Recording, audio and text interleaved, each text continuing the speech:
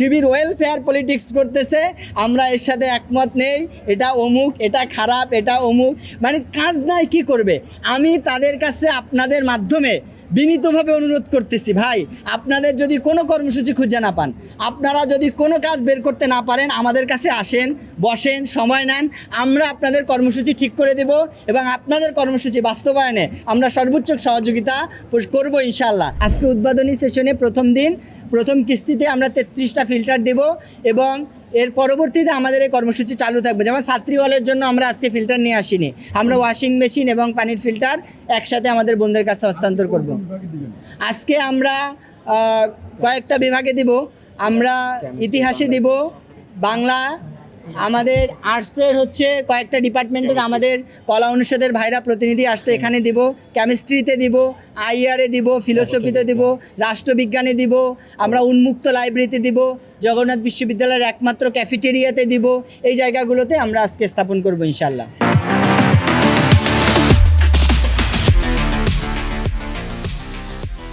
আসলে আমি যদি রাষ্ট্রবিরোধীর সংজ্ঞাটায় যাই, যে পেনাল কোডে যে রাষ্ট্রদ্রোহিতার যে সংজ্ঞা দেওয়া আছে, এখানে কি বলা আছে যে কেউ যদি রাষ্ট্রের অখণ্ডতা বিচ্ছিন্ন করতে চায়, রাষ্ট্রের বিরুদ্ধে ষড়যন্ত্র করে, রাষ্ট্রের সম্পদ নষ্ট করে, অথবা রাষ্ট্রের নাগরিকের নিরাপত্তার হুমকিমূলক কোনো কার্যক্রম করে, এগুলোকে সাধারণত রাষ্ট্রদ্রোহী হিসেবে বিবেচনা করা হয়।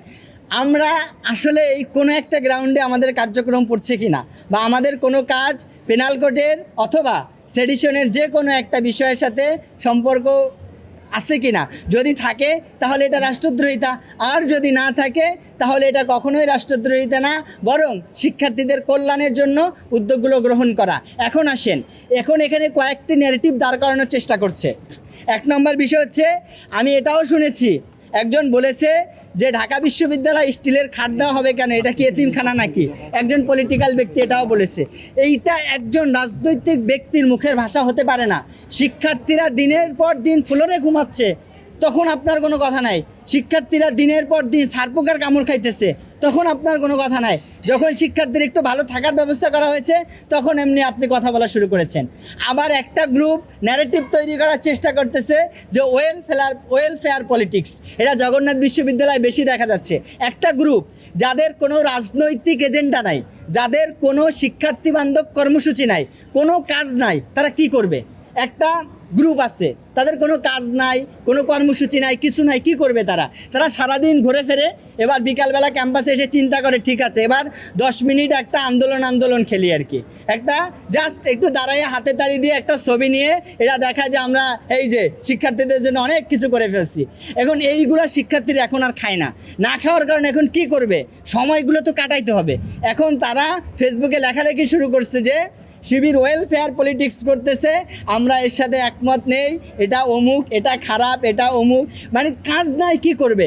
আমি তাদের কাছে আপনাদের মাধ্যমে বিনীতভাবে অনুরোধ করতেছি, ভাই আপনাদের যদি কোনো কর্মসূচি খুঁজে না পান, আপনারা যদি কোনো কাজ বের করতে না পারেন, আমাদের কাছে আসেন, বসেন, সময় নেন, আমরা আপনাদের কর্মসূচি ঠিক করে দেব এবং আপনাদের কর্মসূচি বাস্তবায়নে আমরা সর্বোচ্চ সহযোগিতা করব ইনশাআল্লাহ।